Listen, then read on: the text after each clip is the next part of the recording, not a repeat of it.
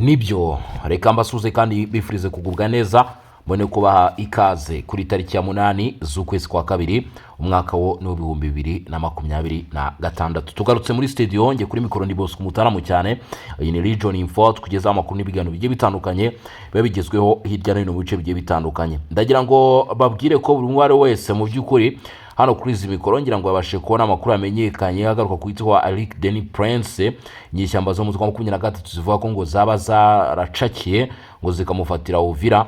Aya makuru mu by'ukuri ndaza gushyiraho umucyo ku bimaze iminsi bivuga kuri uyu mugabo mu by'ukuri mubashe kumenya uko byifashe ubwo abantu bashaka kuza kumenya ukuri kubijyanye ni inkuru akomeje kugenda trendinga akomeje kugenda ivugwa muze kuba hafi aya makuru mugende mu by'ukuri mubasha kuba mwayamenya.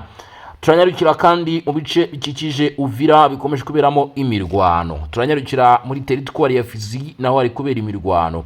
Turanyarukira n'andi mujyi wa Bukavu turebe situation uko imeze, situation y'umujyi mu myiteguro ikomeye cyane y'ibitero bishaka gutangira kuvuka mu minsi iri imbere. Ibitero mu by'ukuri bigamije iki? Ibitero byo kwigarura uyu mujyi wa Bukavu.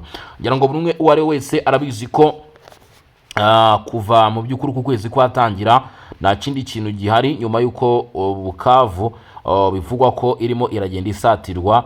Ubu hari ubwoba ku bagize umutwe wa 23 amatsinda adasanzwe agiye atandukanye akomeje kugera hano muri Kivu y'Amajyepfo.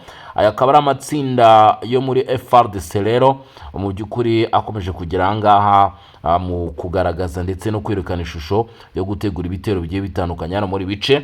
Wazarendo barahira bavuga bati turakora ibishoboka byose ibice byafashwe n'inyeshyamba tubigaruze. Ayo makuru nayo tugenda tuyagarukaho ngira ngo muri bo muragenda mubibona. Leta Zunze Ubumwe za Amerika mu rugendo mu by'ukuri rwo guhagarika iki kibazo kiri mu burasirazuba bwa Repubulika Demokarasi ya Kongo deri bikomeje kumenyekana nuko ubu ngubu isaha yari yose mu 2023 ishaka gufatirwa ibihano ndetse kandi ikindi gishaka kuza kwiyongeraho nuko uyu mutwe barwanyemo 2023 ushobora kwisanga mu bibazo bikomeye ndetse n'ibyago bidasanzwe. Ingabo za Afrika y'Epfo zigiye gukura ingabo zabo mu butumwa bwa Loni bwo kugarama muri Repubulika Demokarasi ya Kongo. Ari na makuru akomeje kugenda amenyekana. Unyemerere tuze kugaruka ku by'Uburundi ndetse n'umutwe wa ku by'Uburundi ndetse n'umutwe wa M23 ndetse n'urandi rwa Repubulika Demokarasi ya Kongo hamwe n'u Rwanda ku makuru akomeje kugenda amenyekana. Leta Zunze Ubumwe za Amerika bari kwitegura gufata imyanzuro ishobora gushyira hasi inyeshyamba za 23. Aya ni amakuru nayagezweho.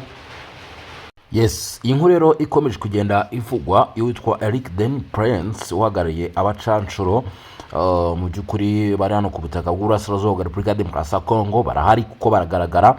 Ni inkuru yakomeje kugenda icaracara ivuga ko uyu mugabo ngo yaba yaratawe muri yombi. Bikaba byagiye bivugwa rero ko iyi nkuru mu by'ukuri nubwo iri kuvugwa nta bihamya ndetse nta nishingiro mu by'ukuri rihari ryemeza ko aya makuru yaba ari ukuri koko mu by'ukuri ndetse n'abitangaza nta bimenyetso bagaragaza by'ukuri bigaragaza ko uyu mugabo yaba yarafashwe cyangwa se yaracakiwe nabo muri uyu mutwe wa 23. Ndetse ikindi kintu kigaragaza ko ari cyo bita manipulation n'abarwanya 23 bo ubwabo cyangwa se umutwe wo ubwawo ntago wigeze ugaragara. Bashinzwe kuvugira mu by'ukuri zinyeshyamba ntago bigeze bagaragara bavuga bati koko uyu muntu yaba yagize iki yafashwe. Ikindi nta nubwo bizwi niba yaranigeze akandagira hano ku butaka bwa Repubulika Demokarasi ya Kongo kuko uyu nguyu nyine ni uhagarariye abacancuro baturuka muri Amerika y'Amajyepfo ndetse banakomeye cyane. Biranagoye kumva ko yaba ari hano muri Repubulika Iharanira Demokarasi ya Kongo. Ayo rero akaba mu by'ukuri ari amakuru abantu bavuga bati ni amakuru ari kugenda avugwa, ni amakuru ari kugenda ashyirwa hanze, ariko nanone akaba amakuru ahabanye n'ukuri. Ngira ngo ubwo rero murimo muragenda mwumva uko bihagaze ndetse n'uko byifashe. Wowe ikigomba gukora gusa nuko ugomba kuba hafuga kandi subscribe naho ubundi ibindi byose uraza kugenda ubimenya kandi ubimenyeshwa. Ngira ngo ubwo icyo kirasobanutse nubwo twirwa tubigaruka ibintu byinshi cyangwa se tubivugaho byinshi. Ngira ngo wari wese amaje kumva cyangwa se amaze gusobanukirwa akantu ku kandi uko byifashe kuri iyi nkuru y'uwitwa Eric Den Prince yakomeje kugenda ikwirakwizwa n'abashyigikiye ndetse n'abari kuruhande rw'umutwe wa makumyabiri na gatatu bavuga ko uyu mugabo yaba yarafashwe. Ikindi kintu gikomeje kugenda kimenyekana mu Cortez bakomeje kugaragaza ko Leta Zunze Ubumwe za Amerika zishaka guhagarika burundu ikibazo cy'inyeshyamba z'umutwe wa makumyabiri na gatatu, bityo akaba mu by'ukuri hari gahunda y'uko uyu mutwe wa makumyabiri na gatatu ushobora guhezwa mu biganiro ibyo ari byo byose ndetse n'abawushyigikiye. Ibi biragaragara mu gihe Amerika ikomeje gutegura ibiganiro hagati na Repubulika ya Demokarasi ya Kongo, ibiganiro bigamije gushaka igisubizo kirambye kuri iki kibazo cy'umutwe wa makumyabiri na gatatu gikomeje kuzengereza ndetse no kubangamira akarere ka Afurika y'ibiyaga bigari. Uhagarariye Leta Zunze Ubumwe za Amerika mu muryango w'abibumbye Mike Cortez arutse kuvuga ko makumyabiri na gatatu yarenze ku masezerano yo guhagarika imirwano, ndetse ubu Leta Zunze Ubumwe za Amerika zatanze uburenganzira ndetse icyo twanavuga nk'uruhushya ku ngabo za Repubulika ya Demokarasi ya Kongo. Uru ruhushya rero rwatanzwe ni uruhushya rw'uko mu by'ukuri guverinoma yemerewe kwigarura ndetse no kugarura ingabo zayo mu bice byari byarafashwe n'izi nyeshyamba. Nyirago ibyo mwarabibonye ko byatangiriye Uvira, abandi bakavuga bati byanze bikunze n'ibindi bice mu minsi iri imbere uko byagenda kose turaza kubibona n'ubundi nabyo biri mu maboko cyangwa se bifatwa kabisa n'uruhande rwa Repubulika Iharanira Demokarasi ya Kongo. Ibyo bice havugwamo ibigenda bifatwa n'ubundi kuko imirwano nk'ubu irakomeje mu bice bya Minembwe, kugira ngo murabizi ko Minembwe centre yamaze gufatwa. Kikenge haravugwa imirwano ndetse ukasanga za Sange zarafashwe, Runingu, Bikabuko, ariko ugasanga Bishenga na Ruvungi, Kamanyura biracyarimo, kandi ugasanga Nyangiza imirwano yambutse yageze. Ibyo byose rero nubwo bikomeje kugenda bikorwa muri ubwo buryo, Leta Zunze Ubumwe za Amerika zo zirimo gusobanura ko hari gahunda ihari y'uko M23 igomba kurekura ibice byose yafashe bigasubira mu maboko ndetse n'ubugenzuzi n'ibiganza bya guverinoma. Kugeza uyu munsi rero umujyi nka Bukavu ndetse na Goma biraza guhabwa uruhande rwa Repubulika ya Demokarasi ya Kongo niba mu by'ukuri izi nyeshyamba zamaze gusabwa gusubira inyuma muri kilometero 45 kugera Kamanyora. Ntago bigoranye cyane ko kilometero zindi zisigaye zitarenze 60, ntago nkeka ko zaba zirenze 60 ko na Bukavu byagenda gutyo. M23 igasabwa gusubira inyuma kuko n'ubundi M23 yasabwe ko ihagarika imirwano, igashyira intwaro hasi ndetse ikemera guverinoma kugaruka mu bice bigiye bitandukanye ubu bifitwe. Tariki 14 Kamena 2022 inyeshyamba za M23 zafashe umupaka wa Bunagana, ahantu hari hafite akamaro gakomeye mu by'ubucuruzi, umutekano ndetse mu by'ubucuruzi n'umutekano, aherereye muri Teritwari ya Kivu y'Amajyaruguru. Byabaye intambwe ikomeye mu gukaza umurego kw'intambara imaze igihe mu burasirazuba bwa Repubulika ya Demokarasi ya Kongo. Bamwe mu baturage bashoboye gufata amashusho berekana inyeshyamba zinjira muri Bunagana, bavuze ko babonye iruhande rwa M23 abasirikare b'u Rwanda n'Ubugande. Bikomeza gushimangira ibirego bimaze igihe bivuga ko ibyo bihugu bitera inkunga uwo mutwe witwaje intwaro. Kubera ko inyeshyamba zagendaga zigarura ibice bitandukanye, abaturage benshi barahunze, abenshi bava muri Bunagana berekeza mu Bugande, abandi bajya Irucuru centre bahunga umutekano muke n'imirwano yari yegereje. Mu mujyi wa Goma umwuka warushijeho kuba mubi, abaturage bari bararakaye cyane bashinja u Rwanda uruhare rutaziguye muri ayo makuba. Mu myigaragambyo ikaze urubyiruko rwarenze inzitizi z'umutekano rusaba kugera ku mupaka w'u Rwanda kugira ngo rutange ubutumwa.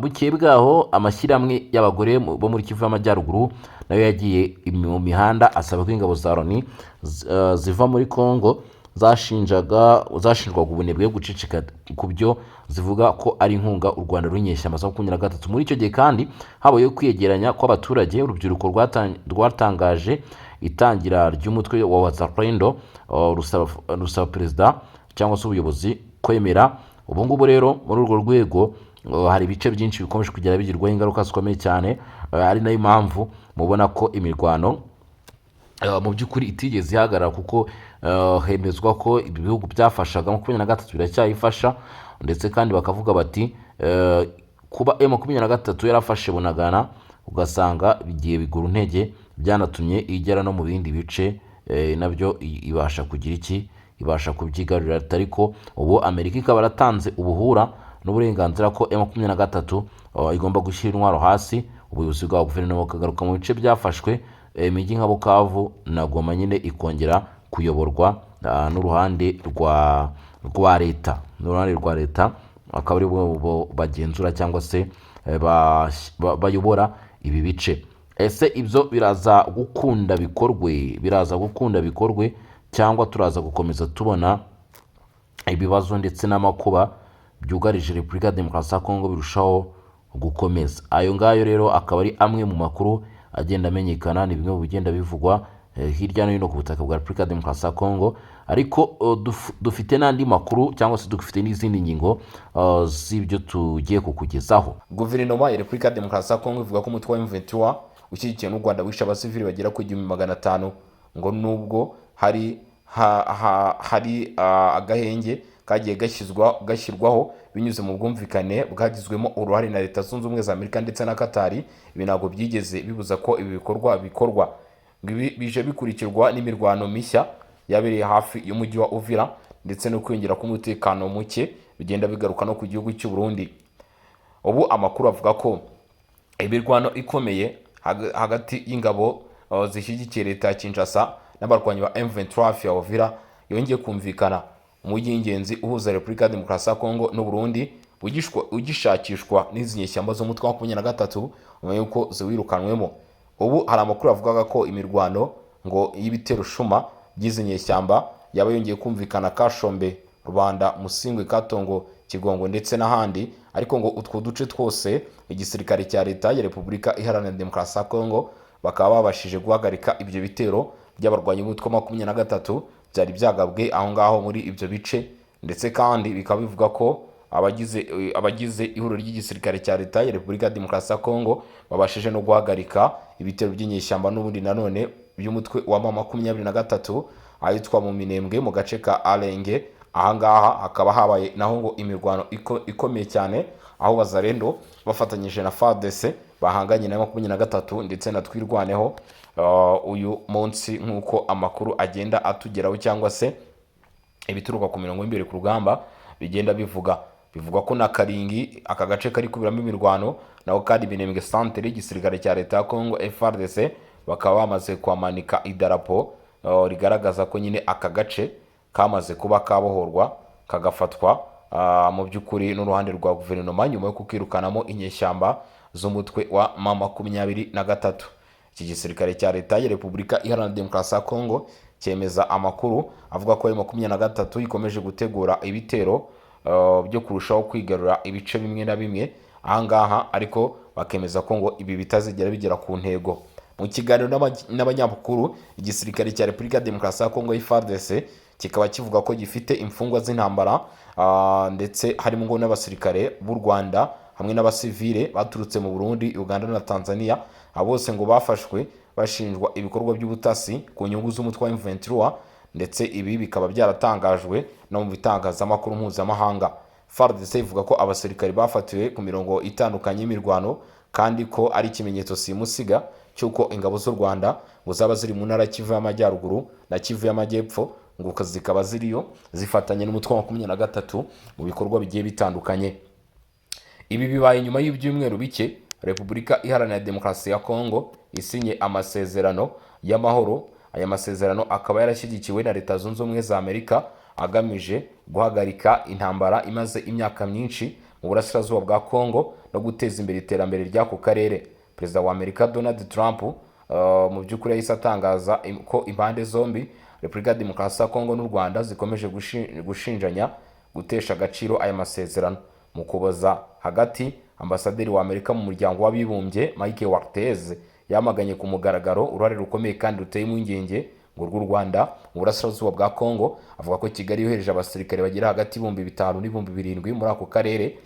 Guverinoma ya Repubulika ya Demokarasi ya Kongo nayo ishimangira ivuga ko mu ntangiriro zo kuboza kugeza muri uku kwezi kwa Gashyantare byagaragaye ko ibikorwa by'ingabo z'u Rwanda byahitanye abasivile basatira mu 2,000 ngo binyuze mu bitero by'ibisasu na za drones zo mu bwoko bwa kamikaze, aho banashinja u Rwanda kohereza andi mabataliyoni 3 mu ntara Kivu y'Amajyepfo, nk'uko aya makuru arushaho kugenda atugeraho.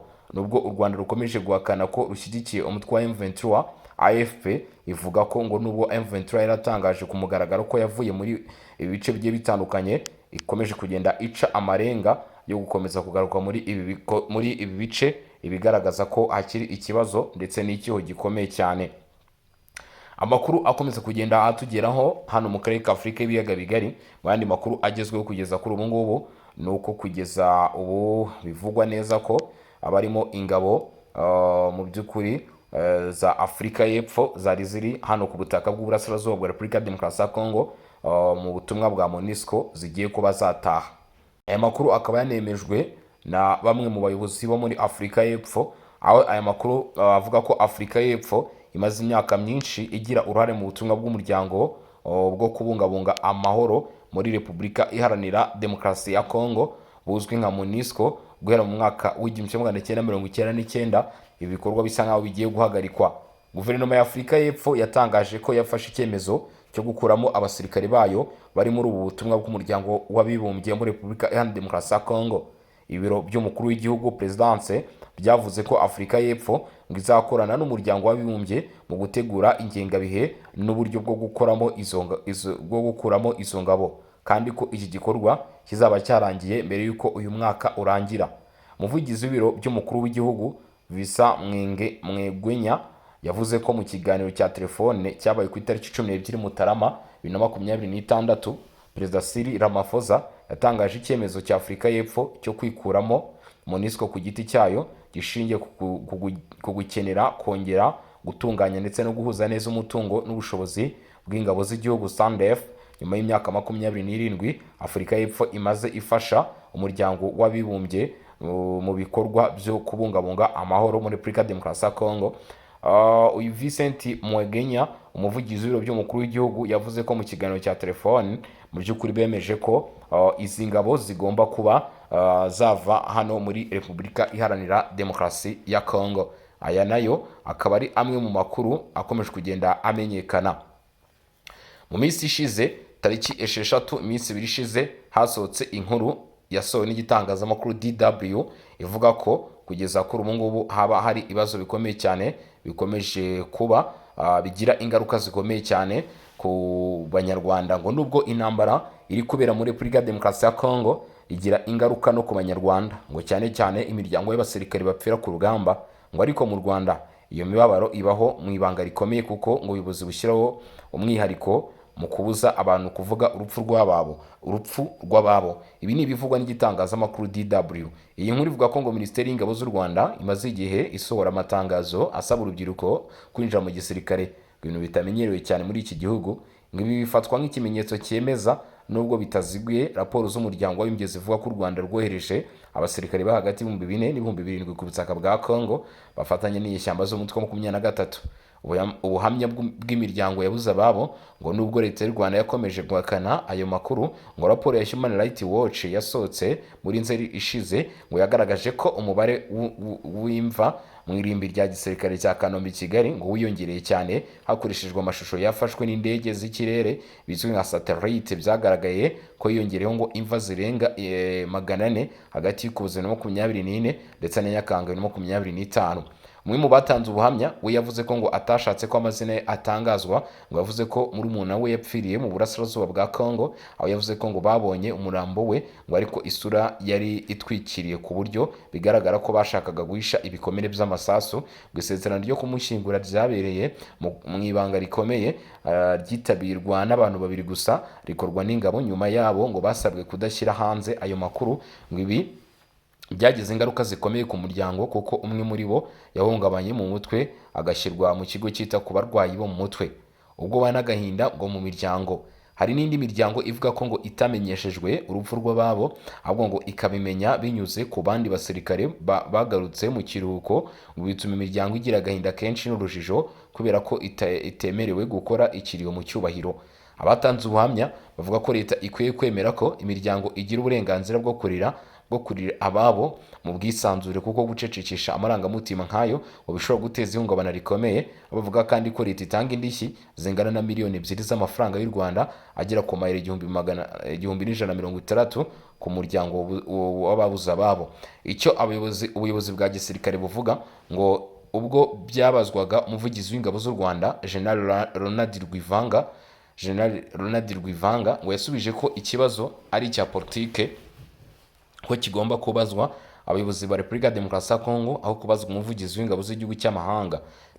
Nubwo bimeze bityo, hari ibimenyetso ngo byabigaragaza ko u Rwanda rutangiye kwemera buhoro buhoro ko rufite ingabo muri Repubulika ya Demokarasi ya Kongo. Ambasaderi w'u Rwanda muri Leta Zunze Ubumwe za Amerika Matilda Mukantabana ngo aherutse kwibwirira inteko ishinga amategeko ko y'Amerika ko u Rwanda rufitanye ubufatanye mu by'umutekano wa M23 bugamije kurinda abanyamurenge icyahungabanya umutekano wabo ndetse n'ibishobora kongera guteza jenoside. Ibi byose akaba ari ibyavuzwe n'igitangazamakuru DW kimenyesha kuri aya makuru.